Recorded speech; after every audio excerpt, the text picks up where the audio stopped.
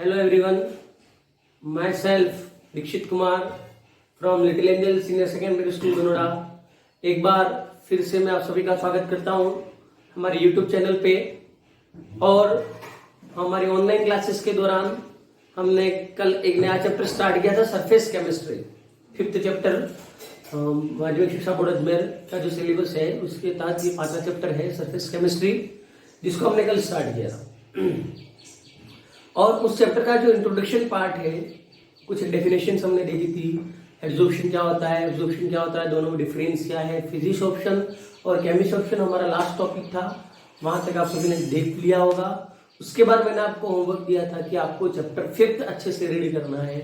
तो जिन जिन बच्चों ने अपना होमवर्क कर दिया है वो अपना नाम कमेंट सेक्शन में जरूर लिखें कि yes we done our homework या होमवर्क कंप्लीटेड, जो आपको सुटेबल लिखे। लेकिन जिन जिन ने ये चैप्टर वास्तव में रीड किया है वो कमेंट सेक्शन में जरूर अपने नाम के साथ लिखे कि सर हमने चैप्टर रीड कर लिया है। आज मैं आगे थोड़ा टॉपिक जो स्टार्ट करने जा रहा हूं वो है factors affecting rate of absorption. मैं आपको पहले ही बता चुका था एब्जॉर्प्शन में हमें जो बात करनी है वो हम बात करेंगे एब्जॉर्प्शन की। किसकी बात करेंगे? एब्जॉर्प्शन। ठीक है, तो एब्जॉर्प्शन किस पर डिपेंड करेगा? तो सबसे पहली चीज है nature of absorbent. Nature of absorbent कि एब्जॉर्बेट कौन सा, मतलब ये कि मान लीजिए मैंने ये कोई सब्सटेंस ले लिया तो इसके सरफेस पर आकर जो बैठने वाला है वो होगा एब्जॉर्बेट। तो वो आपने कैसा ले रखा है ये डिपेंड करेगा। ठीक है, तो नेचर ऑफ एब्जॉर्बेट आपको देखना था। और इसमें भी देखना कि एब्जॉर्बेट में बात करो आप तो सॉलिड और लिक्विड, इसमें तो ज्यादा कोई खास बात नहीं है। सॉलिड और लिक्विड में इतना ज्यादा कोई वेरिएशन नहीं आता है नेचर ऑफ एब्जॉर्बेट के आधार पर, बट ये आता है सबसे ज्यादा वेरिएशन गैसेस के अंदर। इसके अंदर आता है गैसेस के अंदर। गैसेस के अंदर आप लोगों ने देखा होगा, अगर मैं एग्जांपल लूं हाइड्रोजन गैस का, इसका एग्जांपल लूं हाइड्रोजन गैस, तो हाइड्रोजन गैस अदर मेटल्स की कंपैरिजन में प्लेटिनम, पैलेडियम, निकेल, इनकी सरफेस पर आकर ये ज्यादा बैठती है। हाइड्रोजन की अगर बात की जाए एज कंपेयर टू अदर, ये जो है वो हाइड्रोजन गैस इनके सरफेस के ऊपर ज्यादा कलेक्ट होती है। तो इनके सरफेस के ऊपर हाइड्रोजन गैस ज्यादा मिल रही है, मतलब ये डिपेंड कर रहा है कि कौन सी गैस मिल रही है। तो नेचर ऑफ एब्जॉर्बेट, आप हाइड्रोजन ले रहे हो, नाइट्रोजन ले रहे हो, ऑक्सीजन ले रहे हो, उस पर डिपेंड करेगा। और आखिर ऐसा क्यों हो रहा है? तो इसका कारण है liquefaction of gas. Liquefaction of gas मतलब ये कि जो गैसेस आसानी से लिक्विफाई हो रही है और जो गैसेस आसानी से लिक्विफाई नहीं हो रही है। और इसके लिए हमने एक टेम्परेचर डिफाइन किया था जिसका नाम है क्रिटिकल टेम्परेचर। अगर आपको याद आ रहा हो तो चैप्टर 5th का नोट्स खोलिए और उसके अंदर इसकी डेफिनेशन आपको मिलेगी स्टेट्स ऑफ मैटर में। क्रिटिकल टेम्परेचर क्या है? ये टेम्परेचर, तो ये वो टेम्परेचर है जिस टेम्परेचर पर आने के बाद it is the minimum temperature at which gases starts to liquify. Gases liquified होना स्टार्ट कर देंगे। मतलब ये कि क्रिटिकल टेम्परेचर वो टेम्परेचर है जहां पर आने के बाद गैसेस लिक्विड में कन्वर्ट होना स्टार्ट हो जाएंगी। तो बात ध्यान से समझना, तो यहां पर नेचर ऑफ एब्जॉर्बेट में आपको क्या बताना है?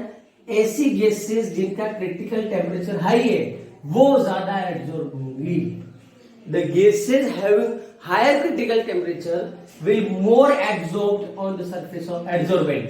तो ये था पहला फैक्टर नेचर ऑफ एब्जॉर्बेट।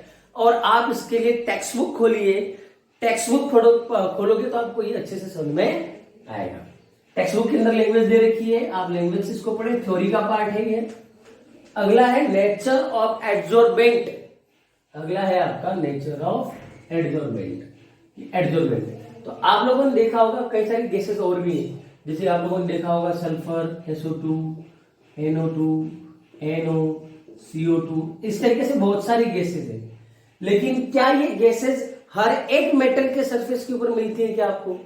नहीं, सिर्फ कुछ कुछ मेटल्स ऐसे हैं जहां पर कुछ कुछ गैसेस मिलेंगी। तो उसका कारण क्या है? मान लो कि आप सोच रहे हो कि मुझे ग्रेटर अमाउंट ऑफ H2 चाहिए, मुझे ग्रेटर अमाउंट ऑफ SO2 चाहिए, तो आपको देखना पड़ेगा ना कि हम कौन सा एब्जॉर्बेंट लें जहां पर हमको ज्यादा से ज्यादा मात्रा में SO2 मिल जाए, ज्यादा से ज्यादा मात्रा में CO2 मिल जाए।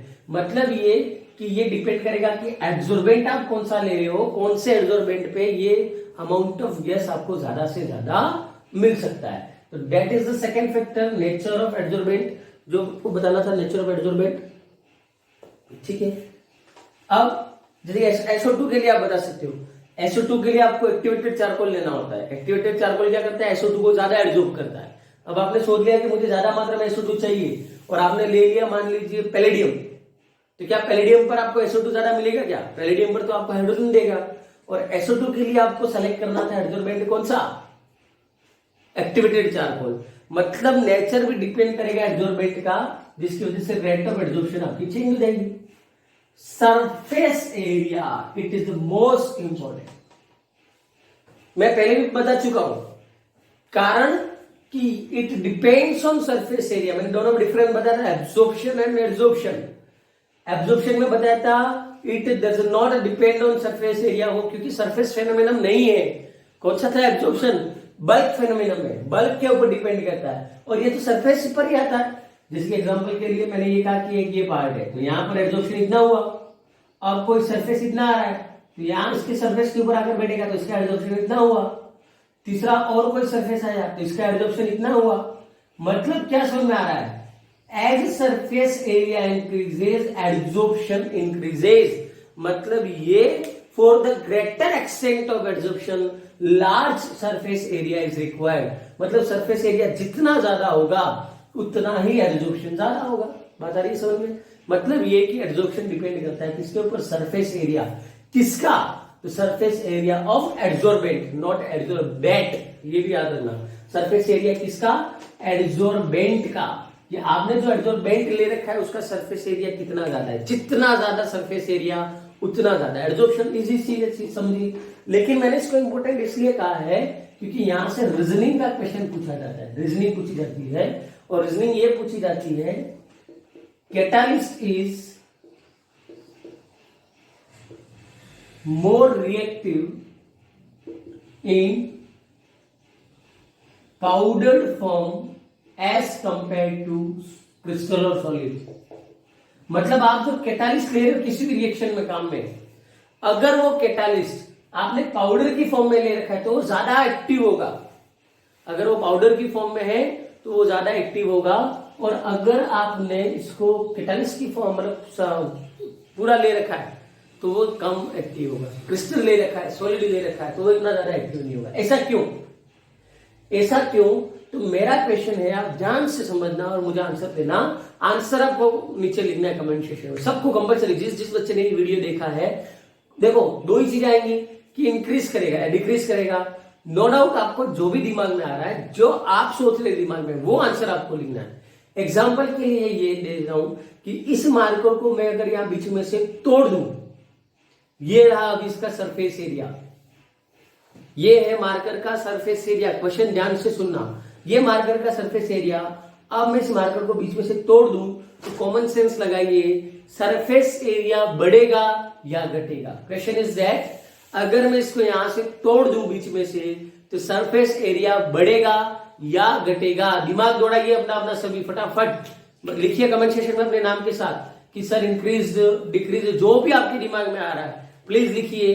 क्या इस मार्कर को बीच में से तोड़ दिया जाए तो इसका सरफेस एरिया बढ़ेगा या घटेगा? लिखिए 1 2 3 4 5 6 7 8 9 10। टाइम है आपके पास, लिखिए जल्दी से। यस, अब मेरा आंसर सुनेंगे आप। मैं आपको प्रैक्टिकल करके बताता हूं। इस कैप को मैं यहां से खोल लेता हूं, मतलब मैंने यहां से तो तोड़ने की बात करी थी, वो यहां से तोड़ तो रहा हूं, ये मैंने तोड़ दिया। क्या हुआ? सरफेस एरिया बढ़ा या घटा? पहले सरफेस एरिया ये था पूरा, अब सरफेस एरिया कौन सा हो गया? बड़ा। आप सबके दिमाग में क्वेश्चन आ रहा होगा कि सर बड़ा कैसे? सरफेस एरिया बढ़ा, बढ़ा कैसे? तो अब ध्यान से देखिए, इसका सरफेस एरिया कौन सा था? ये पूरा जो दिख रहा है आपको। लेकिन जैसे ही मैंने इसको खोला तो देखो ये वाला भाग बढ़ा और इसका ये वाला भाग बढ़ा। बढ़ा कि नहीं बढ़ा? ऐसे नहीं, ऐसे आप इसको बीच में से तोड़ देते, बीच में से तोड़ देते तो इसके इस तरफ वाला भाग और इसके इस तरफ वाला उतना भाग बढ़ा, बाकी तो पूरा एज इट इज है ही ना। बड़े तोड़ दिया तो क्या हुआ? लेकिन वो तो पूरा है ही अभी, लेकिन अंदर इनर पार्ट जो नहीं दिख रहा था पहले वो दिखने लग गया, जो उसका सरफेस एरिया बन गया और सरफेस एरिया बढ़ गया। फिर और टुकड़े करे और सरफेस एरिया बढ़ा, और टुकड़े करे और सरफेस एरिया बढ़ा। मतलब ये कि आपने मान लीजिए कोई एक टैबलेट ले ली है, मेडिसिन टैबलेट आती है, वो ये टैबलेट है, ये पूरी टैबलेट आप ले रहे हो, वो असर कम कर, मतलब स्लो स्लो करेगी, जब तक वो पूरी घुलेगी नहीं तब तक असर नहीं करेगी। लेकिन आपने क्या किया, इसी मेडिसिन के टुकड़े कर दिए, टुकड़े कर करके क्या किया, इसका पाउडर बना दिया। क्या कर दिया, पाउडर बना दिया। आप लोगों ने देखा होगा छोटे बच्चे जो है वो इस गोली को नहीं ले पाते तो इनको घोल कर दी जाती है पाउडर बना के, और वो जल्दी असर करती है। तो क्या हुआ, इसका सरफेस एरिया ज्यादा है, इसका सरफेस एरिया ज्यादा है। खुद दिमाग दौड़ाओ, किसका सरफेस एरिया, लिखिए कमेंट सेक्शन में, ए या बी। सरफेस एरिया किसका ज्यादा होगा, ए का ज्यादा होगा या बी का ज्यादा होगा, बताइए। तो सरफेस एरिया ज्यादा होगा बी का। अभी मैंने बताया, आप तोड़ते गए सरफेस एरिया बढ़ता गया, और यही कारण है, इसका आंसर है ये। और आपको बताना पड़ेगा, catalyst are more reactive in powder form because in powder form it contains large surface area and it can absorb more quantity of reactants or products। मतलब ये कि पाउडर फॉर्म में होगा तो सरफेस एरिया ज्यादा होगा, जितना ज्यादा सरफेस एरिया उतना ज्यादा ये खेल दिखाएगा। तो तीसरा पॉइंट था आपका सरफेस एरिया। यस, अगला है इफेक्ट्स ऑफ प्रेशर। ये भी बहुत ज्यादा इंपॉर्टेंट है, इसमें हमको आइसोथर्म पढ़ने। ये जो मैं बात कर रहा हूं इफेक्ट्स ऑफ प्रेशर, इन पर हमको आइसोथर्म पढ़ने, हालांकि मैं इसको ज्यादा डिटेल में आगे पढ़ाऊंगा, लेकिन अभी इतना बात याद रखना है आपको कि adsorption is directly proportional to pressure. Adsorption is directly proportional to pressure, इतना बात खाली आप समझ लीजिए। बाकी मैं आगे आइसोथर्म में पढ़ाऊंगा। फ्रेंडली का आइसोथर्म हमारे सिलेबस में है, तो उनके बारे में हम बात करेंगे आगे, उसमें अपन डिटेल में पढ़ेंगे। पर इतना पता होना चाहिए, जैसे जैसे प्रेशर बढ़ा रहे हो वैसे वैसे एड्जॉर्प्शन भी बढ़ेगा। ये पॉइंट है किसका, इफेक्ट्स ऑफ प्रेशर। किसका है, इफेक्ट्स ऑफ प्रेशर। अगला है आपका इफेक्ट ऑफ टेम्परेचर। अगला क्या है, effect of temperature. Fifth factor of adsorption. अब खुद कॉमन सेंस लगाइए, कल वाला कंसेप्ट याद कीजिए। क्या कहा था मैंने, ये सरफेस है, सरफेस के ऊपर कुछ एक मॉलिक्यूल्स हैं, ये मॉलिक्यूल्स क्या करते हैं, तीन तरीके से इनका बैलेंस लग रहा है, फोर्स लगता है, तीन तरीके से फोर्स लगता है। तो ये क्या करते हैं, अंदर वाले मॉलिक्यूल की तरह स्टेबल होना चाहेंगे। जब ये स्टेबल होना चाहेंगे तो यहाँ बाहर की ओर जो मॉलिक्यूल्स होंगे उनको खींचकर अपने सरफेस के ऊपर बिठा देंगे। सरफेस के ऊपर बिठाते ही तुरंत यहाँ से क्या हो रही थी, एनर्जी रिलीज हो रही थी। एंड एनर्जी रिलीज होने के कारण मैंने आपको एक स्टेटमेंट बताया था, adsorption is exothermic in nature. ये कैसा है नेचर में, एक्सोथर्मिक है। मतलब ये तो क्या चाह रहा है, एनर्जी रिलीज करना चाह रहा है ज्यादा से ज्यादा। जितना ज्यादा एनर्जी रिलीज होगी एड्जॉर्प्शन उतना ज्यादा होगा। या एक तरीके से आप ये कह सकते हैं कि जितना ज्यादा एड्जॉर्प्शन होगा उतनी ज्यादा एनर्जी रिलीज होगी। बात वही है। तो बात अब मैं क्या कह रहा हूं, इफेक्ट्स ऑफ टेम्परेचर की बात करें। अब मैं ये कह रहा हूं कि यहाँ पर मैंने एक बर्नर लगा दिया और इसको बॉईल करना स्टार्ट कर दिया, और अपन क्या कह रहे थे कि ये तो साहब एनर्जी रिलीज कर रहा है। एक तरीके से आप देखो, टेम्परेचर दोगे, काइनेटिक एनर्जी की वजह से मॉलिक्यूल मोशन में आ जाएंगे। तो क्या ये इनको अपनी ओर खींचना पसंद करेगा क्या, ये भाग रहे इधर उधर, इनको खींचने की कहां सूझेगी, पहला पॉइंट। दूसरा कि ये इनको खींचकर एनर्जी दे रहा था, अब उल्टा काम हो गया, इनके पास एनर्जी बढ़ती जा रही है, बढ़ती जा रही है। आप एनर्जी दे रहे हो ना, और यहाँ एनर्जी दे रहे हो, ये प्रोसेस कौन सी होगी बताइए, एक्सोथर्मिक है या एंडोथर्मिक, ये तो होगी एंडोथर्मिक। बट एड्जॉर्प्शन कौन सी लाइक करता है, एक्सोथर्मिक। आपने उल्टा काम कर दिया। तो क्या टेम्परेचर बढ़ाने पर एड्जॉर्प्शन बढ़ेगा क्या, कॉमन सेंस लगाइए खुद।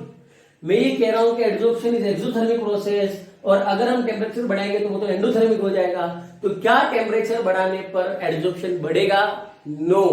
तो हम वो लिखेंगे यहां पर, rate of adsorption decreases as temperature increases. Temperature बढ़ाने पर रेट ऑफ एड्जॉर्प्शन डिक्रीज करता है, रेट ऑफ एड्जॉर्प्शन धीरे धीरे धीरे धीरे धीरे धीरे धीरे धीरे कम हो जाएगा।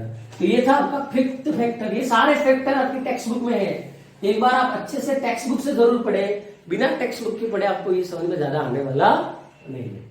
अब है अगला एक्टिवेटेड एड्जॉर्प्शन। एग्जांपल के लिए अब ले लीजिए, आपके पास एक तो है चारकोल और एक आपके पास आता है एक्टिवेटेड चारकोल। ठीक है, ये चारकोल है, ये एक्टिवेटेड। ये टेक्स्ट बुक आपके एग्जांपल है, टेक्स्ट बुक का एग्जांपल, इसलिए मैं ये एग्जांपल ले रहा हूं। टेक्स्ट बुक में यही एग्जांपल दे रखा है। आप चारकोल ले रहे हैं, आप एक्टिवेटेड चारकोल ले रहे हो। चारकोल एब्जॉर्ब करता है, ये भी एब्जॉर्ब करता है, लेकिन अगर रेट ऑफ एब्जॉर्प्शन किसमें ज्यादा है ये पूछा जाए तो ये एक्टिवेटेड चारकोल में ज्यादा है। एक्टिवेटेड एब्जॉर्प्शन का मतलब क्या है कि मान लीजिए आपके पास कोई ऐसा एब्जॉर्बेंट है जो एब्जॉर्ब करता है, लेकिन उसकी रेट ऑफ एब्जॉर्प्शन किसी कारण से कम है, कि मान लीजिए उनमें कोई इंप्योरिटीज प्रेजेंस है, या मान लीजिए उनमें पार्टिकल की साइज बहुत बड़ी है, इस वजह से रेट ऑफ एब्जॉर्प्शन बहुत कम है। तो आपके पास कई सारे तरीके हैं एब्जॉर्प्शन को बढ़ाने के लिए। अगर साइज बड़ी होने के कारण और कम सरफेस एरिया है, उस वजह से एब्जॉर्प्शन नहीं हो रहा है, तो आप उसको ग्रेन्यूल्स को थोड़ा सा पीस दीजिए, चूर्ण बना लीजिए, उसको तोड़ दीजिए। तोड़ दोगे तो रेट ऑफ एब्जॉर्प्शन बढ़ जाएगी। ठीक है, दूसरा पहला कारण ये हो गया। अगर किसी इंप्योरिटीज की वजह से रेट ऑफ एब्जॉर्प्शन कम है, तो आप उन इंप्योरिटीज को रिमूव कर दीजिए, तो भी रेट ऑफ एब्जॉर्प्शन बढ़ जाएगी। और तीसरा चारकोल है, तो चारकोल को स्टीम देकर हीट किया जाता है। चारकोल को स्टीम देकर हीट किया जाता है और गर्म करके इसको कन्वर्ट कर दिया जाता है एक्टिवेटेड चारकोल में, जो क्या करता है, मॉइस्चर का एब्जॉर्प्शन करता है। किसका करता है? मॉइस्चर का। और आप लोगों ने देखा होगा अभी इसके मास्क आते हैं, फेस मास्क। मास्क मतलब बांधने वाले मास्क नहीं, ये जो सैलून वगैरह में करवाते हैं, गर्ल्स वगैरह भी यूज करती होंगी, बॉय सैलून में भी इसका यूज किया जाता है। चारकोल मास्क कहा जाता है इसको। तो चारकोल लगाया जाता है फेस के ऊपर, तो क्या करता है वो, आपकी फेस के ऊपर जो मॉइस्चर है उस मॉइस्चर को एब्जॉर्ब करने का काम करता है। ये आपका एक्टिवेटेड चारकोल।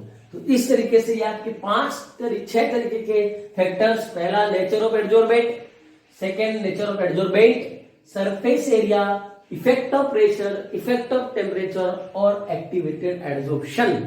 और ये आपके टेक्स्ट बुक में दे रखा है, नोट्स में आपको अवेलेबल करा चुका हूं। लेकिन नोट्स उन बच्चों को नहीं भेजे हैं जिन्होंने मुझे होमवर्क नहीं भेजा है, जिन्होंने पुराने वीडियो नहीं देखे हैं, उन बच्चों को मैंने नोट्स नहीं भेजे हैं। आप पुराना होमवर्क कंप्लीट कर लें, पुराने सारे वीडियो देख लें, फिर मुझे मैसेज करें, मैं आपको भी नोट्स भेज दूंगा। अगर आप होमवर्क कंप्लीट करके मुझे मैसेज कर देंगे, मैं आपको नोट्स आसानी से अवेलेबल करवा दूंगा। तो ये आपका था next topic, factor affecting rate of absorption. अब मैंने आपको यहाँ पर बात करी थी आइसोथर्म के बारे में, तो अगला टॉपिक हम यही ले रहे हैं। हम नेक्स्ट आगे हमारे अगले टॉपिक के ऊपर बढ़ते हैं। नेक्स्ट टॉपिक है हमारा एब्जॉर्प्शन आइसोथर्म। ठीक है, समझेंगे इसको, लेकिन पहले हम क्या ले रहे हैं वो समझना है। तो यहां पर आपको क्या करना है, प्लॉट अ ग्राफ। हम क्या करेंगे, एक ग्राफ प्लॉट करेंगे। क्या करेंगे? Graph plot. ठीक है, किसके बीच में? तो रेट ऑफ एब्जॉर्प्शन निकालना है, रेट ऑफ एब्जॉर्प्शन निकालना है। सबसे पहले हम करेंगे क्या है, ग्राफ प्लॉट करेंगे, रेट ऑफ एब्जॉर्प्शन निकालना है। तो रेट ऑफ एब्जॉर्प्शन निकालने के लिए क्या चाहिए आपको? एक तो चाहिए एब्जॉर्बेंट और एक आपको चाहिए एब्जॉर्बेंट। ठीक है, हम एक ग्राफ प्लॉट करेंगे रेट ऑफ एब्जॉर्प्शन निकालने के लिए। उसके लिए हमें एब्जॉर्बेंट चाहिए और एब्जॉर्बेंट चाहिए। ये फिक्स होगा, ये फिक्स होगा। एब्जॉर्बेंट आपने ले रखा है कौन सा? सॉलिड एब्जॉर्बेंट ले रखा है। एब्जॉर्बेंट कौन सा ले रखा है? सॉलिड। और एब्जॉर्बेंट आपने ले रखा है गैस। क्या ले रखा है? गैस। मतलब ये कि ये आपका कोई सॉलिड है जिसका मास है m। क्या मास कितना है? m मास का कोई सॉलिड ले रखा है, उसके ऊपर कोई गैस आकर यहां पर एब्जॉर्ब हो जाती है। उसके सरफेस के ऊपर यहां कोई गैस आकर एब्जॉर्ब हो जाती है और उसका अमाउंट है x। कितना है? x। ठीक है, अब मैंने क्या बताया, फिर सुनना, रिपीट कर रहा हूं मैं। हम ग्राफ प्लॉट करना चाह रहे हैं, rate of absorption, absorbent, absorbent, absorbent gas, absorbent solid, वो भी मैंने बता दिया। m मास ऑफ सॉलिड के ऊपर x अमाउंट ऑफ गैस आकर क्या हो गई? एब्जॉर्ब हो गई। अब आपको कोई पूछे what is the amount of absorption, what is the amount of absorption, या इसको हम कह सकते हैं एक्सटेंट ऑफ एब्जॉर्प्शन। इसको हम क्या कह सकते हैं? Extent of absorption. ध्यान से सुने, इसको हम कह सकते हैं अमाउंट ऑफ एब्जॉर्प्शन, या हम इसको कह सकते हैं एक्सटेंट ऑफ एब्जॉर्प्शन। तो ये कितना होगा, हम कैसे निकालते हैं? कोई भी अमाउंट निकालना हो तो टोटल कितना था मास m, उस पर कितनी गैस आई तो x। अगर आपको पूछे अमाउंट ऑफ एब्जॉर्प्शन कितना है तो आपको क्या बताना है? टोटल एब्जॉर्बेंट कितना, तो m टोटल। यदि परसेंटेज निकालने होते तो भी हम क्या करते हैं? टोटल मार्क्स को लिखते नीचे, आपने कितना अचीव किया वो लिखते ऊपर। मतलब ये कि ये टोटल एब्जॉर्बेंट कितना था तो m, उस पर गैस कितनी आई तो x, तो x बाय m।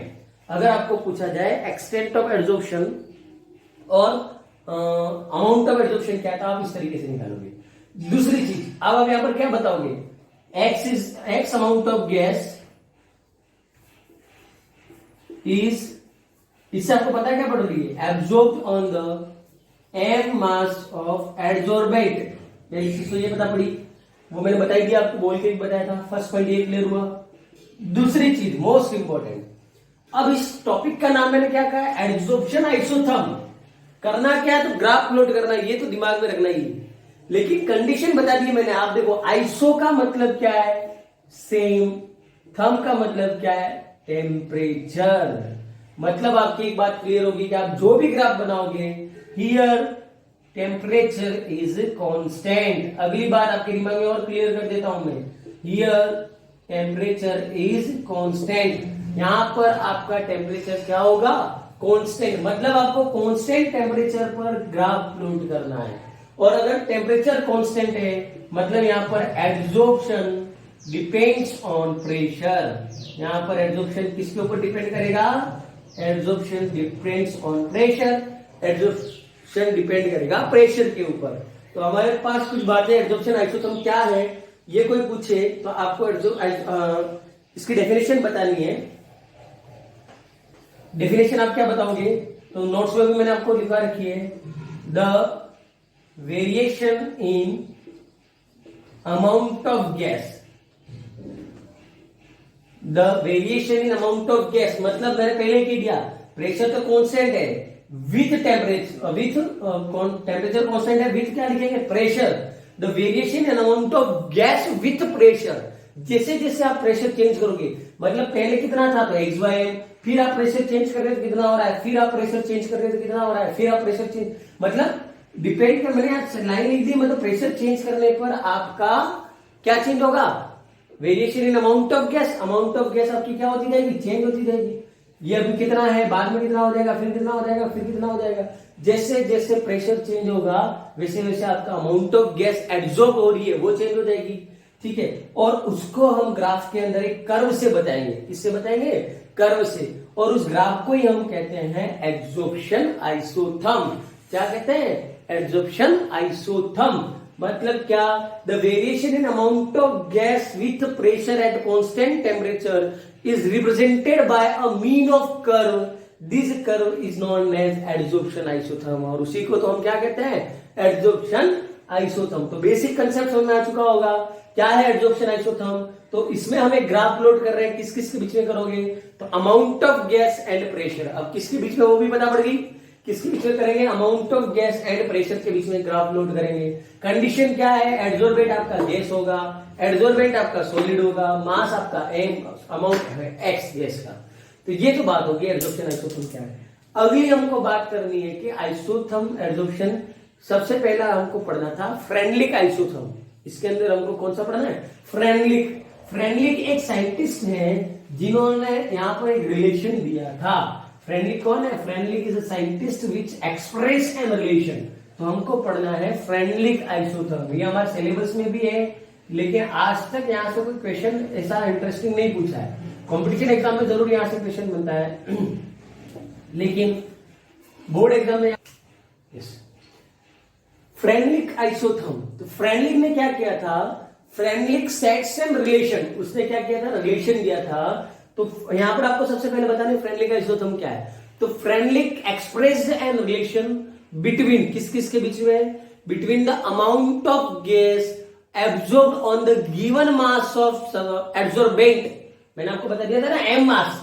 तो फ्रेंडलिक ने क्या किया था, उसने रिलेशन बताया किसके ऊपर, at the given mass of absorbent amount of gas, कितनी अमाउंट ऑफ गैस दिए हुए मास ऑफ एब्जॉर्बेंट के ऊपर आकर एब्जॉर्ब होगी, उसके अमाउंट ऑफ सब्सटेंस और प्रेशर के बीच में इसने क्या किया, रिलेशन लिया।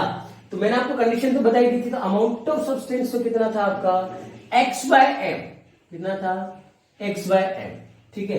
तो x by M is equal to के पी की पावर 1 बाय एम। ये रिलेशन दिया था, फ्रेंडलिक ने एक रिलेशन दिया था, x by M is equal to के पी की पावर 1 बाय एम। और ये क्या है, अमाउंट ऑफ एब्जॉर्प्शन, यही तो है ना। मतलब ये किसने ये कहा था कि कितना एब्जॉर्ब होगा वो डिपेंड करेगा प्रेशर के ऊपर। के को हटा दीजिए, के कांस्टेंट है, ठीक है। तो क्या होगा, x by m is equal to p to the power 1 by n. x by m is equal to the k p to the power 1 by n. तो x by m is directly proportional to p. मतलब ये कि जितना ज्यादा pressure उतना ज्यादा rate of adsorption. ठीक है, अब यहां पर आपको बताना है x by m is equal to क्या है, mass of gas adsorb at the given mass of adsorbent at the given mass of adsorbent. आपको जो मास दे रखा है एड्सोर्बेंट का, उस पर कितनी मास गैस आकर एड्सॉर्ब हुई, वो x बाय m. ठीक है, P इज इक्वल टू क्या है, प्रेशर ऑफ गैस, और n इज इक्वल टू भी क्या है आपका, k कांस्टेंट है, ये n इज इक्वल टू भी कांस्टेंट. और n के लिए कंडीशन दे दी है कि n will always greater than 1. ये आपको पता होना चाहिए कि n का वैल्यू हमेशा 1 से ज्यादा होगा. ये आपको पता होना चाहिए, n will be always greater than 1. Friendly relation ये आपके सामने लिख रखा है. फ्रेंडली ने क्या रिलेशन दिया, x बाय m. ये देखो प्रीडिफाइंड रिलेशन है, आपको डेराइव नहीं करना है, पहले से बताया हुआ, हमें खाली उसको रीड करना है, समझना है, स्टडी करना है. तो x by m is directly is equal to the k p to the power 1 bye n. x by n क्या है, तो amount of gas, amount of absorption, और p is equal to pressure of gas, n is equal to constant, जहां पर ये varies करेगा 1. तो अब मुझे बताइए कि 1 बाय n क्या होगा. अगर n की वैल्यू हमेशा 1 से ज्यादा होगी तो 1 बाय n के लिए मैं क्या कंडीशन बना सकता हूं. तो देखिए, मतलब ये कि n की वैल्यू क्या 0 हो सकती है, नो. क्या n की वैल्यू 1 हो सकती है, नो. n की वैल्यू आपकी 2 हो सकती है. तो मुझे बताइए, क्या कभी भी 1 बाय n का वैल्यू 0 होगा क्या, नहीं. 1 बाय n का वैल्यू 1 होगा क्या, नहीं. तो 2 होगा, तो पहली 1 बाय n की वैल्यू क्या हो जाएगी, 1 bye n is equal to 1 by 2. तो 1 बाय 2 क्या है, 1 से छोटा है. 1 से छोटा है तो इट इज लेस देन 1, पहली कंडीशन. अब 3 होगा तो 1 बाय 3, 4 होगा तो 1 बाय 4, 5 होगा तो 1 बाय 5, 6 होगा तो 1 बाय, मतलब in every case 1 bye n will be less than 0. 1 bye n की वैल्यू हमेशा 0 से कम होगी, सॉरी 1 से कम होगी, लेकिन 0 से क्या होगी, 0 से ज्यादा होगी. ये फिक्स कंडीशन होगी 1 बाय n की. अगर n is equal to n is greater than 1 हुआ, n की वैल्यू हमेशा 1 से ग्रेटर होगी, तो 1 बाय n 0 से 1 के बीच में लाई करेगा. कहां लाई करेगा, इन बिटवीन 0 to 1, मतलब 1 से तो छोटा होगा लेकिन 0 से बड़ा होगा. Like 1 by 2, 1 by 3, 1 by 4, 1 by 5, 1 by 6. तो ये समझ में आ चुका होगा आपको. तो ये तो था फ्रेंडली का रिलेशन, कि खाली उसने रिलेशन क्या दिया था. अब हमें इसको स्टडी करना है और हम ग्राफ प्लॉट करेंगे. अब हम उसको स्टडी करके क्या करेंगे, इनके लिए ग्राफ प्लॉट करेंगे. हमको ग्राफिकली रिप्रेजेंटेशन करना है फ्रेंडली का. ग्राफिकली रिप्रेजेंटेशन, ध्यान से समझना. ग्राफ समझ में आ गया तो आपको हर चीज समझ में आ जाएगी. ग्राफ बना रहा हूं मैं किस किस के बीच में. एक तो यहां पर मैं ले रहा हूं प्रेशर, क्या ले रहा हूं, प्रेशर एक्स एक्सिस पे. वाई एक्सिस पे मैं ले रहा हूं x by m. X by m क्या है मैं बता चुका हूं, अमाउंट ऑफ एड्सॉर्प्शन. जब प्रेशर 0 होगा तब अमाउंट ऑफ एड्सॉर्प्शन भी तो 0 होगा, क्योंकि ये डायरेक्टली प्रोपोर्शनल है. फिर हमने थोड़ा सा प्रेशर बढ़ाया, तो आप इस तरफ आए. अमाउंट ऑफ गैस बनाया तो इस तरफ आए, तो ये दोनों किस पॉइंट पे मिलेंगे, यहां मिलेंगे. फिर ये बढ़ाया, यहां मिलेंगे, यहां मिलेंगे. तो मतलब आपको ये एक कर्व ऐसा मिलेगा. और मान लीजिए ये पहला कर्व आपने बनाया, तब टेम्परेचर कुछ भी ले लीजिए, -40 डिग्री सेल्सियस. कितना लिया, -40 डिग्री सेल्सियस. आपने -40 डिग्री सेल्सियस टेम्परेचर फिक्स है, टेम्परेचर में कोई बदलाव नहीं किया. अब इस मान लीजिए इस रूम का टेम्परेचर -40 है और मैं इसका प्रेशर बढ़ाते बढ़ाते x बाय n के लिए ग्राफ खींच रहा हूं, तो वो ग्राफ ये आता है. और ये ग्राफ क्या बता रहा है मुझे, जैसे जैसे प्रेशर बढ़ रहा है वैसे वैसे x बाय m की वैल्यू, मतलब रेट ऑफ एब्जॉर्प्शन बढ़ रहा है. अब देखो, लेकिन अब मैंने ये चाहा कि मुझे हाथों हाथ इसी के अंदर टेम्परेचर का रिलेशन भी देखना है. तो इसी के लिए मैंने टेम्परेचर जो -40 था वो इस रूम का टेम्परेचर बढ़ा दिया. इस रूम का टेम्परेचर बढ़ाकर मैंने कितना कर दिया, -10 डिग्री सेल्सियस. कितना किया, अब -40 से -10, दिमाग दौड़ाइए, टेम्परेचर बढ़ा घटा नहीं. -10 देख के ये मत सोचना टेम्परेचर तो घट गया सर. -40 बड़ा होता है, -10 बड़ा होता है, तो ऑब्वियसली टेम्परेचर बढ़ा ना. -40 में ज्यादा ठंडी होती है, -10 में और थोड़ी कम ठंडी है, मतलब टेम्परेचर इंक्रीज किया, टेम्परेचर बढ़ाया. तो क्या हुआ, अब आपने प्रेशर खींचा तो ये कर्व कुछ यूं आया, ये कर्व कुछ यूं आया। अब देखो ये कर्व आया तो दोनों रिलेशन आपको पता पड़ गई। मैं हाथों बता देता हूं, फिर एक और बता देता हूं। और टेम्परेचर बढ़ाकर कर दिया 0 डिग्री सेल्सियस, तो ये कर्व कुछ यूं आया। ये तीनों कर्व आपके नोट्स में है। अब इसका मतलब ग्राफ क्या बता रहा है आपको, तो ग्राफ जो पहली चीज हमको ये बता रहा है क्या, कि amount of gas is a pressure dependent quantity. जैसे जैसे प्रेशर इंक्रीज कर रहा है वैसे वैसे अमाउंट ऑफ एब्जॉर्प्शन बढ़ रहा है। पहली चीज तो ये बता पड़ी ना इस कर्व से। लेकिन यहां देखो पहले टेम्परेचर पर अमाउंट ऑफ एब्जॉर्प्शन ऊपर था, ये रहा ना एक्स/m, ये रहा -40 पर। लेकिन जैसे ही टेम्परेचर बढ़ाया आपने तो -10 पर कितना हो गया, कम हुआ कि नहीं हुआ। सोचिए, खुद से सोचिए आप कि पहले -40 पर इतना x/m था, -10 पर इतना हो गया और टेम्परेचर बढ़ा दिया 0 पर, ये कम हो गया। तो दो स्टेटमेंट दोनों नोट्स में लिखवा रखे हैं। पहला स्टेटमेंट क्या कि as pressure increases amount of substance increases. मैंने कहा था फैक्टर जो आप मैंने पढ़ाया था ना, effects of pressure, effect of temperature, आगे आएगा मैं समझाऊंगा। तो ये देखो टेम्परेचर बढ़ाने पर तो अमाउंट ऑफ एब्जॉर्प्शन कम हो रहा है, लेकिन प्रेशर बढ़ाने पर अमाउंट ऑफ एब्जॉर्प्शन भी तो बढ़ रहा है, बढ़ा कि नहीं बढ़ा। As pressure increases amount of absorption increases. तो ये दो बातें यहां पर क्लियर होगी। तो ग्राफिकल रिप्रेजेंटेशन ये वाला समझ में आ चुका होगा सबको कि कैसे क्या वर्क कर रहा है। अब ही मैं ये कह रहा हूं कि हमारे पास एक इक्वेशन थी, कौन सी इक्वेशन थी, तो मैं यहां पर आपको एक इक्वेशन बता देता हूं। x/m is equal to k p⁴n, ये आपकी इक्वेशन नंबर 1। अब आप इसको आगे बढ़ाने के लिए मान लीजिए आपने by taking log on both sides, आपने इसके दोनों तरफ क्या ले लिया, log ले लिया। तो यहां मैं ले रहा हूं log x/m is equal to log k p⁴1/n। तो यहां पर कौन सा फॉर्मूला है, यहां देखें मैथ्स वाले बच्चों को पता होगा, log m इंटू n क्या हो जाएगा, log m plus log n। Bio वाले बच्चे ध्यान दें, फॉर्मूला है log m इंटू n, तो ये k इंटू p⁴1/n इंटू लिख देता हूं, समझ में आ जाएगा। तो इसको इस तरीके से लिखना है log m plus log n। तो क्या हो जाएगा, log x/m is equal to log k plus log p⁴1/n। अब यहां पर अगला फॉर्मूला आ गया क्या, log m⁴n। log ये देखो m⁴n के फॉर्मूले में है, तो इसको हम लिखते हैं n log m। क्या लिखते हैं, n log m। तो आपके पास ये आ गया log x/m is equal to log k plus 1/n log p। ये आपके पास लास्ट इक्वेशन है, ये आपके पास लास्ट इक्वेशन है। तो अब हम इस इक्वेशन के लिए ग्राफ प्लॉट करेंगे, खुद दिमाग दौड़ाइए। ये सोल्व करने के बाद हमारे पास ये आया ना, सोल्व किया, फॉर्मूले लगे वो मैंने आपको बता दिए। इक्वेशन आई आपके पास log x/m is equal to log k plus 1/n log p। ये आपके पास फाइनल इक्वेशन आई है। अब हमें इसके लिए ग्राफ प्लॉट करना है, तो एक बार पर इंक रिफिल कर देते हैं, फिर हम इसको ग्राफ प्लॉट करते हैं। इंक शायद इसकी कम हो चुकी है, तो इसको रिफिल करने के बाद हम इसका ग्राफ प्लॉट करेंगे। यस, अब मैंने आपको कहा था ये हमारी लास्ट इक्वेशन है, इसके लिए हमें ग्राफ प्लॉट करना है। तो कैसे करोगे ग्राफ प्लॉट, तो देखिए पहले ये इक्वेशन कौन सी दिख रही है आपको, कौन सी ग्राफिकल इक्वेशन दिख रही है।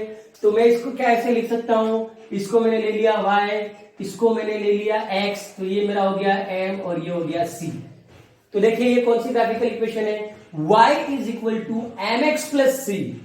बोलता ये कौन सी इक्वेशन है, y is equal to mx plus c। Straight line graph plot करना है, बहुत इजी है।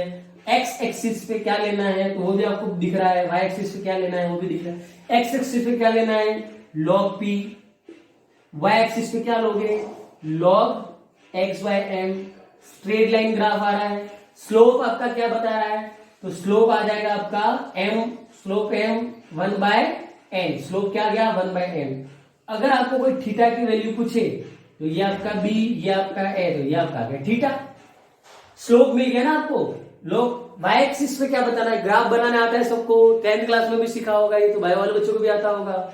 y equal to mx plus c का ग्राफ प्लॉट करना है। y एक्सिस पे x by m, x axis पे log p, स्लोप मिल गया आपको 1 बाय n, इंटरसेप्ट है आपका log k, c equal to क्या है आपका इंटरसेप्ट, इंटरसेप्ट आपको मिल गया क्या log k, ये आपका क्या हो गया इंटरसेप्ट। तो ये आपका बन गया फ्रेनलिक आइसोथर्म के लिए इस इक्वेशन का ग्राफ। एक ग्राफ मैं पहले बता चुका हूं प्रेशर और अमाउंट ऑफ एड्सॉर्प्शन के बीच में रिलेशन बताने के लिए, एक ग्राफ ये बता रहे हैं हम इस इक्वेशन को एक्सप्रेस करने के लिए। तो इस इक्वेशन को बता दिया, वो बता दिया। अब लेकिन यहां पर आपके पास तीन अलग अलग कंडीशंस बनेंगी, eight low pressure, intermediate pressure और हायर प्रेशर। तीन प्रेशर पे अलग अलग तीन रिलेशन बनेंगे, तो उनको हम पढ़ेंगे। अब हमें इन रिलेशन की बात करेंगे, ठीक है। अब हम यहां पर तीन रिलेशंस की बात करेंगे। यहां देखिए ग्राफ हमने प्लॉट कर रखा है x बाय एम और पीज के बीच में। तो मैंने इस ग्राफ को तीन जगह से काट दिया है। तो ये फर्स्ट जो मैंने काटा है, तब देखो प्रेशर तो कम ही है ना, यहां पर प्रेशर कम, तो ये मैं कह रहा हूं एट लो प्रेशर, पहली कंडीशन एट लो प्रेशर। फिर ये मैं कह देता हूं at intermediate pressure, at intermediate pressure. और ये तीसरा देखो प्रेशर बढ़ गया at high pressure, at high pressure. तीन मैंने काट लिया है कर्व को, at lower pressure, at higher pressure और एट इंटरमीडिएट प्रेशर। अब सबसे पहला देखना, जब ये है इतना पार्ट एट लो प्रेशर, तो मैं बात करूंगा एट लो प्रेशर, तो यहां पर क्या हो जाएगा आपकी 1 बाय एन की वैल्यू हो जाती है 1 एग्जैक्ट। लोअर प्रेशर पर ये सिर्फ कहां होगा एट लो प्रेशर पर 1 बाय एन की वैल्यू हो जाएगी 1। तो आपके पास क्या थी equation, x by M is equal to के P to the power 1 by N. अब 1 बाय एन की वैल्यू रखो 1, तो x by M is equal to के P to the power 1, k को हटा दीजिए, तो x by M is directly proportional to p। देखो ये रिलेशन मिल रहा है आपको, स्ट्रेट लाइन ग्राफ मिल रही है। देखो लोअर प्रेशर पर देखो एकदम स्ट्रेट ग्राफ आ रहा है कि नहीं आ रहा है, तो ये रिलेशन आएगा आपका लोब के ऊपर। तो लोब के ऊपर कौन सा आ गया, x by M is directly proportional to p।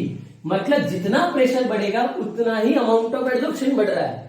तो ये रिलेशन आ रहा है लो प्रेशर के ऊपर, तो ये समझ में आना चाहिए आपको। क्या किया हमने, लो प्रेशर के ऊपर आपको कंडीशन बता रखी है 1 by n is equal to 1, और 1 by n is equal to 1 है, तो आप वैल्यू रखिए और सॉल्व करिए। तो सॉल्व करने पर आ गया आपका x by M is equal to directly proportional to p। ये p के डायरेक्टली प्रोपोर्शनल हो गया, कहां लोअर के ऊपर।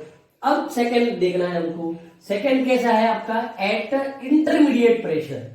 एट इंटरमीडिएट देखना ही नहीं है, ये तो क्या बता रखा है कि n इज इक्वल टू 1, तो यहां पर आपको बताना पड़ेगा x by M is directly proportional to the p to the power 1 bye n। क्या हो जाएगा, x by M is directly proportional to p to the power 1 bye n। वही तो पहले था एज इट इज रहेगा। और आपको बताना है at intermediate pressure x by M is directly proportional to the p to the power 1 bye n and the value of 1 bye n is lying between 0 to 1।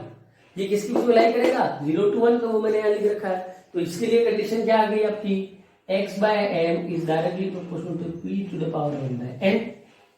ठीक, अब तीसरा केस, इंटरेस्टिंग केस ये है, तीसरा केस है आपका at high pressure, at high pressure x by M is equal to k to the power 1 bye n, और यहां पर आपका n इज इक्वल टू क्या ले रखा है infinitive, n is equal to क्या ले रखा है इंफिनिटिव वैल्यू रखिए, x by M is equal to k p to the power 1 by infinitive, तो ये बन जाएगा 0। तो x by M is equal to k p 0, और ये 0 तो पूरा 0 हो जाएगा नहीं, तो पता होना चाहिए मैथ्स वालों को और बायो वालों को कि किसी की भी पावर 0 हो तो वैल्यू क्या होनी चाहिए 1। तो ये हो गया 1, तो x by M is direct is equal to k। मतलब ये कि देखो यहां पर हायर प्रेशर पर जाने के बाद rate of absorption independent pressure हो गया। कहीं पर भी प्रेशर है क्या यहाँ पर, हायर प्रेशर पर जाने के बाद, मतलब ये पॉइंट आपका अगला इंपॉर्टेंट आ गया, at higher pressure the rate of absorption is independent to pressure. फिर वो प्रेशर से मतलब नहीं है, वो प्रेशर इंडिपेंडेंट हो जाएगी। तो हायर टेम्परेचर, हायर प्रेशर के ऊपर क्या हो जाएगा प्रेशर इंडिपेंडेंट। तो ये पॉइंट भी आपको वहां पर दे रखा है, आगे नोट्स में इसको सारी चीज को अच्छे से डिटेल में बता रखा है मैं आपको फिर बोलता हूं, आप नोट्स का यूज लें, टेक्स्ट बुक का यूज लें और वीडियो देखें। आप खाली वीडियो देख रहे हो तो भी कोई मतलब नहीं, आप खाली नोट्स कर रहे हैं तो भी कोई मतलब नहीं, आप खाली टेक्स्ट बुक कर रहे हैं तो भी कोई मतलब नहीं। तीनों का कॉम्बिनेशन, नोट्स, वीडियो और टेक्स्ट बुक, तीनों जोड़ोगे तो अच्छे से समझ में आएगा। नहीं समझ में आता है तो आप मुझसे कांटेक्ट करें कि सर हमें नहीं पता पड़ रही है, आप थोड़ा सा डिटेल में बताइए, तो मैं उस हिसाब से बताऊंगा। बाकी थ्योरी का चैप्टर और जितनी काम की चीजें वो मैं सारी आपको यहाँ पर अच्छे से बता रहा हूं। तो ये तो बात होगी आपके ग्राफ की और फ्रेंडलिक आइसोथर्म की। किसकी होगी? Freundlich isotherm. तो यहां पर ये टॉपिक आपका पूरा हुआ कि किसकी बात कर रहे थे हम? फ्रेंडलिक आइसोथर्म की। वो टॉपिक आपका यहां पर पूरा हुआ। अब हम आगे बढ़ते हैं हमारे नेक्स्ट टॉपिक पर। नेक्स्ट टॉपिक है हमारा एड्सॉर्प्शन फ्रॉम सॉल्यूशन फेज। मतलब ये कि आपके पास कोई सॉल्यूशन है और सॉल्यूशन से एड्सॉर्प्शन करना है। बात को समझना, मतलब ये कि आपको क्या करना है, आपके पास एक है सॉल्यूशन, ठीक है। सॉल्यूशन के अंदर क्या क्या चीजें मिलेंगी आपको, याद करिए। एक तो मिलेगा आपको सोल्यूट और एक आपको मिलेगा सॉल्वेंट, ठीक है। मैं क्या कह रहा हूं, आपके पास है सॉल्यूशन, सॉल्यूशन में दो चीजें हैं, एक तो है सोल्यूट और एक है सॉल्वेंट, और आपको यहां पर एड्सॉर्बेंट के रूप में लेना है सॉलिड। क्या लेना है? एड्सॉर्बेंट के लिए लेना है सॉलिड। मैंने देखो वो अलग कर दिया, ये अलग कर दिया ताकि पता पड़े। सॉल्यूशन का अंदर ही अंदर कोई एड्सॉर्प्शन नहीं है, एड्सॉर्बेंट आपको लेना है सॉलिड, और ये सॉलिड इस सॉल्यूशन के अंदर जो सॉल्यूट है उसका करना चाहिए एड्सॉर्प्शन। ये पढ़ना है हमको। एड्सॉर्प्शन फ्रॉम सॉल्यूशन फेज क्या है? तो एड्सॉर्बेंट आपको लेना है सॉलिड जो एड्सॉर्प्शन करेगा। किसका करेगा? तो किसी सॉल्यूशन के अंदर जो सॉल्यूट है उस सॉल्यूट का ये क्या कर जाना चाहिए? एड्सॉर्बेंट। ये पढ़ना है हमको।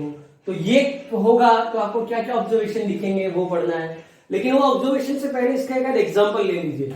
एग्जाम्पल में आपको बताता हूं, जैसे कि आप लोगों ने कई बार देखा होगा, छाछ अगर हम पीते हैं और उसके अंदर गलती से नमक ज्यादा डल गया हो, या मान लीजिए घर में कभी सब्जी हम बना रहे हैं तो सब्जी के अंदर नमक ज्यादा डल गया हो, ऐसा जब भी कुछ होता है तो क्या करते हैं, नमक की मात्रा को कम करने के लिए आपने कई बार देखा होगा आटे की गोलियां बनाई जाती है, और आटे की गोलियां बनाकर हम उसके अंदर डाल देते हैं। तो क्या होगा उससे? तो आटे की जो गोली बनाई है वो ऑलरेडी आपके पास क्या है? सॉलिड तो है। सब्जी या छाछ जो भी आपके पास है वो क्या है? सॉल्यूशन है। सॉल्यूशन जिसके अंदर सॉल्यूट के रूप में क्या है आपके पास? सॉल्ट। क्या है? सॉल्ट। तो क्या करोगे? एड्सॉर्बेंट कौन सा हो गया? आपने जो आटे की गोलियां डाली है वो क्या करेगा? नमक को एड्सॉर्ब करेगा, एब्सॉर्ब नहीं करेगा। फिर सुनना, एड्सॉर्ब मतलब वो नमक के पार्टिकल्स हैं वो उस आटे की गोली के सरफेस के ऊपर आकर कलेक्ट हो जाएंगे, ठीक है। तो फिर आप उस आटे की गोली को निकाल दीजिए तो नमक की मात्रा थोड़ी सी कम हो जाएगी, और आप इसकी बजाय कोयला भी काम में लिया जाता है। क्या काम में लिया जाता है? कोयला। कोयले को भी डाल सकते हो। कोयला भी क्या करेगा? नमक को एड्सॉर्ब कर लेता है, और नमक को एड्सॉर्ब करके उसके जो खारापन है उसको कम कर देते। तो ये हम इसकी बात कर रहे हैं कि सॉल्यूशन के अंदर से सॉलिड एड्सॉर्बेंट द्वारा सॉल्यूट को एड्सॉर्ब करना। तो इससे ऑब्जर्वेशंस क्या दिखेंगे? सबसे पहली चीज तो आपको दिखेगी क्या कि एक्सटेंट ऑफ एड्सॉर्प्शन। क्या? एक्सटेंट ऑफ एड्सॉर्प्शन मतलब एड्सॉर्प्शन की मात्रा। एक्सटेंट ऑफ एड्सॉर्प्शन का टेम्परेचर के साथ क्या रिलेशन होगा? तो क्लियर है वो तो कि एड्सॉर्प्शन इज एक्सोथर्मिक प्रोसेस। मतलब क्या? Extent of adsorption decreases with increase in temperature. पहला पॉइंट क्लियर। पहला पॉइंट क्या पता पड़ गया? पहला इस कंडीशन के लिए पहला ऑब्जर्वेशन कि आप चाह रहे हो कि ये जो सॉलिड आपने लिया है वो ज्यादा से ज्यादा सॉल्यूट को खींचे, ज्यादा से ज्यादा सॉल्यूट को एड्सॉर्ब करे। तो उसके लिए क्या होना चाहिए? टेम्परेचर बढ़ाओगे तो ये रेट ऑफ एड्सॉर्प्शन क्या हो जाएगी? आपकी घट जाएगी। पहला पॉइंट। सेकेंड पॉइंट है आपका, ठीक है, second point, extent of adsorption increases with increase in surface area of adsorbent. मतलब सीधी सी बात है, आपने बड़ी साइज का कोयला डाला है तो वो ज्यादा मात्रा में सॉल्ट को एड्सॉर्ब करेगा, आपने छोटी साइज का कोयला डाला है तो कम मात्रा में करेगा। मतलब फिर ये नहीं कि आपने कोयलों को पीस दिया और डाल दिया पूरी छाछ खाली हो जाएगी, ऐसा दिमाग नहीं दौड़ाना। सर ने कहा था कि ज्यादा टुकड़े करेंगे तो ज्यादा एड्सॉर्प्शन होगा, और कोयलों को बढ़िया बारीक पीस दिया और डाल दिया और छाछ पूरी खाली होगी, ठीक है ना, तो अपना दिमाग नहीं दौड़ा है। वो बात फैक्ट है कि ज्यादा सरफेस एरिया होगा तो ज्यादा एब्जॉर्ब करेगा, लेकिन छाछ भी तो खराब हो जाएगी। तो आपको क्या करना है, जितनी बड़ी साइज का कोयला आप लोगे उतना ज्यादा वो एब्जॉर्ब कर लेगा। तो ये दिमाग में होना चाहिए कि जितना ज्यादा सरफेस एरिया उतना ज्यादा एब्जॉर्प्शन होगा। नेक्स्ट पॉइंट है आपका, the extent of absorption is also depend on the concentration. मतलब ये कि आपको शुगर पार्टिकल्स को एब्जॉर्ब करना है शुगर सॉल्यूशन में से, लेकिन आपने क्या किया, 2 ग्लास लिए, एक में 1 लीटर पानी है और एक कंटेनर में भी 1 लीटर पानी है, लेकिन यहाँ शुगर है 250 ग्राम और यहाँ शुगर है 500 ग्राम। मुझे बताइए एब्जॉर्प्शन शुगर का कहां ज्यादा होगा, यहां ज्यादा होगा या यहां ज्यादा होगा? तो ऑब्वियसली यहां ज्यादा होगा, क्योंकि यहां शुगर एब्जॉर्ब करने के लिए शुगर ज्यादा है नहीं और यहां ऑलरेडी ज्यादा सोल्यूट पार्टिकल्स है। मतलब क्या, extent of absorption depends on concentration also. Extent of absorption depends on concentration, मतलब जितनी ज्यादा सॉल्यूशन की कंसंट्रेशन होगी उतना ज्यादा क्या होगा, कंसंट्रेशन एब्जॉर्प्शन होगा।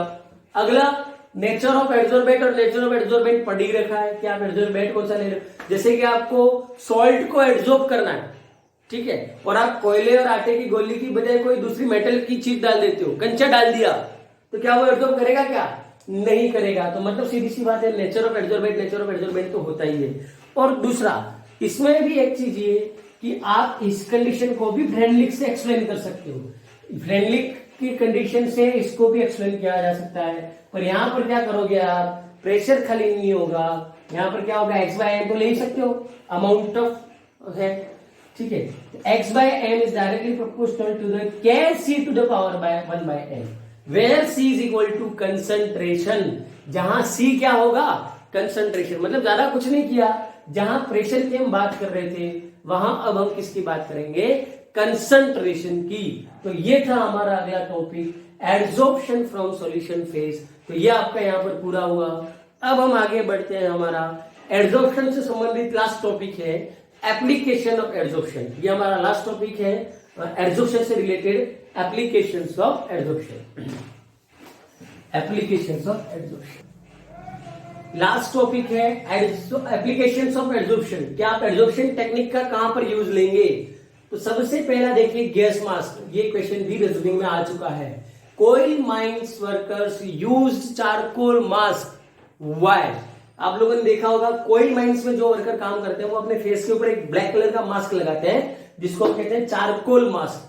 तो क्या होता है वो ध्यान से समझना कि चारकोल मास्क और चारकोल की कैपेसिटी होती है, यहाँ मास्क के ऊपर चारकोल लगा होगा तो जितनी भी आप लोगों ने देखा होगा माइंस के अंदर बहुत सारी पॉइजनस गैसेस रिलीज होती हैं और उन पॉइजनस गैसेस से बचने के लिए चारकोल मास्क लिया जाता है। अब आप लोगों ने सोचा होगा कि चारकोल मास्क लगा दिया तो सर ऑक्सीजन गैस कैसे जाएगी? तो जितनी भी हैवी गैसेस हैं और पॉल्यूशन वाली गैसेस हैं या पॉइजनस गैसेस हैं वो सारी उस सरफेस के ऊपर आकर चिपक जाती है, मतलब उस चारकोल मास्क के सरफेस के ऊपर ही रह जाएंगी। लेकिन ऑक्सीजन जो है, जो लाइटर गैस है, वो अंदर की ओर जाएगी और वो वर्कर जो है वो आसानी से सांस ले सकता है, ब्रीथ कर सकता है। तो पॉइजनस गैसेस से बचने के लिए चारकोल मास्क जो किसकी प्रॉपर्टी पर डिपेंड है, एब्जॉर्प्शन। एब्जॉर्प्शन की जो कर रहा है वो क्या कर रहा है, एब्जॉर्प्शन ऑफ पॉइजनस गैसेस। तो ये गैस मास्क का हो गया। दूसरा, इन डाइंग क्लोथ्स, क्लोथ्स को डाई करने में भी एब्जॉर्प्शन वाली प्रोसेस काम में ली जाती है। कि जैसे कि कई बार क्या होता है, जरूरत से ज्यादा अगर डाई यूज ले ली जाती है तो एलम डाल दिया जाता है और वो एलम क्या करता है, सारी डाई को एब्जॉर्ब कर लेता है अपने सरफेस के ऊपर। डाई के जो पार्टिकल्स हैं उनको अपने सरफेस के ऊपर एब्जॉर्ब कर लेता है। इन रिमूवल ऑफ मॉइस्चर, ये आप लोगों ने देखा ही होगा, अगर आप मार्केट से कोई चीज खरीद कर लाते हो जो मॉइस्चर की वजह से खराब हो सकती हो ऐसा लगता है। आप लोगों ने देखा होगा बास्केटबॉल या वॉलीबॉल या ऐसी कोई चीज आप खरीदते हो तो उसके अंदर एक पैकेट आता है सॉल्ट जैसा दानेदार चीज आती है, तो उसको हम कहते हैं सिलिका जेल। क्या कहते हैं, सिलिका जेल, जो क्या करता है उसको मॉइस्चर से बचाता है। सिलिका जेल का काम है मॉइस्चर को एब्जॉर्ब करना। तो तीसरा पॉइंट देगा रिमूवल ऑफ कलर्ड इंप्योरिटीज। आप लोगों ने देखा होगा जैसे कि बहुत सारे ऑर्गेनिक सॉल्यूशंस ऐसे होते हैं जिनमें कलर इंप्योरिटीज आ जाती है, तो चारकोल की मदद से उस कलर को एब्जॉर्ब करके उस कलर इंप्योरिटीज को क्या कर दिया जाता है, सेपरेट आउट कर दिया जाता है। डिसैलिनेशन ऑफ वाटर, मतलब समुद्र का जो खारा पानी होता है, पानी में जो खारापन होता है वो कई सारे आयंस की वजह से होता है। तो क्या किया जाता है, एक्सटर्नल कुछ फैक्टर ऐसे मिलाए जाते हैं जो उन आयंस को क्या कर देते हैं, एब्जॉर्ब कर लेते हैं और उस पानी को जो है वो सलाइन से डिसलाइन किया जाता है। क्वालिटेटिव एनालिसिस प्रैक्टिकल है 12th का, मैंने पहले कहा था 2 प्रैक्टिकल पढ़ते हैं हम, क्वांटिटेटिव और क्वालिटेटिव। तो ये क्वालिटेटिव की बात है। तो क्वालिटेटिव में क्या करना होता है, हमको रेडिकल्स निकालने होते हैं। क्या निकालने होते हैं, रेडिकल्स। तो उसी में एक रेडिकल है Al+3। कौन सा है, Al+3, जिसकी जांच एड्सॉर्प्शन के आधार पर ही की जाती है। इसकी एक खासियत होती है कि जैसे अगर Al+3 आयन का कोई रेडिकल हो तो उसको आप डिप करोगे सॉल्यूशन के अंदर, तो ये एल्यूमिनियम क्या करेगा, ब्लू लिटमस पेपर अगर आप डालते हो तो ब्लू लिटमस के ब्लू कलर को एड्सॉर्ब कर लेता है। ये Al+3 का आइडेंटिफिकेशन का तरीका है, वो ब्लू लिटमस के ब्लू कलर को एड्सॉर्ब कर लेगा। और लास्ट है क्रोमेटोग्राफी। ये 6th चैप्टर में भी आपको मिलेगा, कॉलम क्रोमेटोग्राफी, जिसके अंदर क्या किया जाता है, जब ओर्स को अलग किया जाता है अलग अलग, तो एड्सॉर्ब होने की कैपेसिटी के आधार पर अलग अलग ये एड्सॉर्ब होते हैं।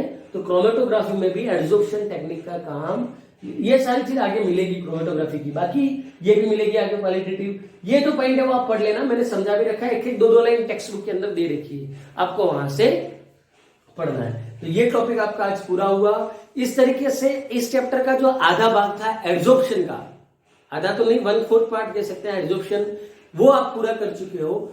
आगे हमारा नया टॉपिक स्टार्ट होगा, कैटालिस्ट है, कैटालाइसिस है, एंजाइम है, कोलाइडल सॉल्यूशंस है, उनको हम स्टार्ट करेंगे। लेकिन आज के लिए इतना ही काफी है। आप इस वीडियो को कंप्लीट देख लें। आज के होमवर्क में आपको क्या करना है, तो कुछ क्वेश्चंस मैंने इन बिटवीन पूछ रखा है, उनके जवाब आपको मुझे कमेंट सेक्शन में लिखने हैं, भूलेंगे नहीं। और अगर आपने अब तक चैप्टर रीड नहीं कर रखा है तो आप चैप्टर को रीड करेंगे। और आज के होमवर्क में आपको एप्लीकेशन ऑफ एड्सॉर्प्शंस जो है उनको अच्छे से पढ़ना है। फ्रेंडली का आइसोथर्म का ग्राफ एक बार वापस कोशिश करनी है अंडरस्टैंड करने की, वीडियो देखने के बाद एक बार खुद समझने की कोशिश करेंगे। और अगर आपने इस वीडियो को अब तक शेयर नहीं किया है तो ज्यादा से ज्यादा इन वीडियोस को बच्चों तक पहुंचाएं, चैनल को लाइक करें, सब्सक्राइब करें, बेल आइकन को दबाना नहीं भूलेंगे। और ऐसे स्टूडेंट्स तक इस वीडियो को जरूर पहुंचाएं जिनको वास्तव में इनकी जरूरत है। और हालांकि आप लोग कर रहे हैं, day by day subscriber increase भी कर रहे हैं, और इन वीडियो को मैक्सिमम स्टूडेंट्स तक पहुंचाएं। अभी वीडियोस की व्यूज बहुत कम हो चुके थे, कई सारे अपने स्कूल के स्टूडेंट्स जो हैं वो इन वीडियोस को नहीं देख रहे हैं। टीचर्स अगर वीडियो बनाना बंद कर देंगे तो जिन बच्चों को इनका फायदा मिल रहा है वो भी नहीं मिल पाएगा। इसलिए आप अपने साथ वाले बच्चों को भी मोटिवेट करें कि डे टू डे वीडियो को देखें। अगर व्यूज नहीं आएंगे तो ऑब्वियसली टीचर्स वीडियोस नहीं बनाएंगे, और आप इस लॉकडाउन के दौरान जो घर बैठे पढ़ाई कर पा रहे हैं वो नहीं कर पाएंगे।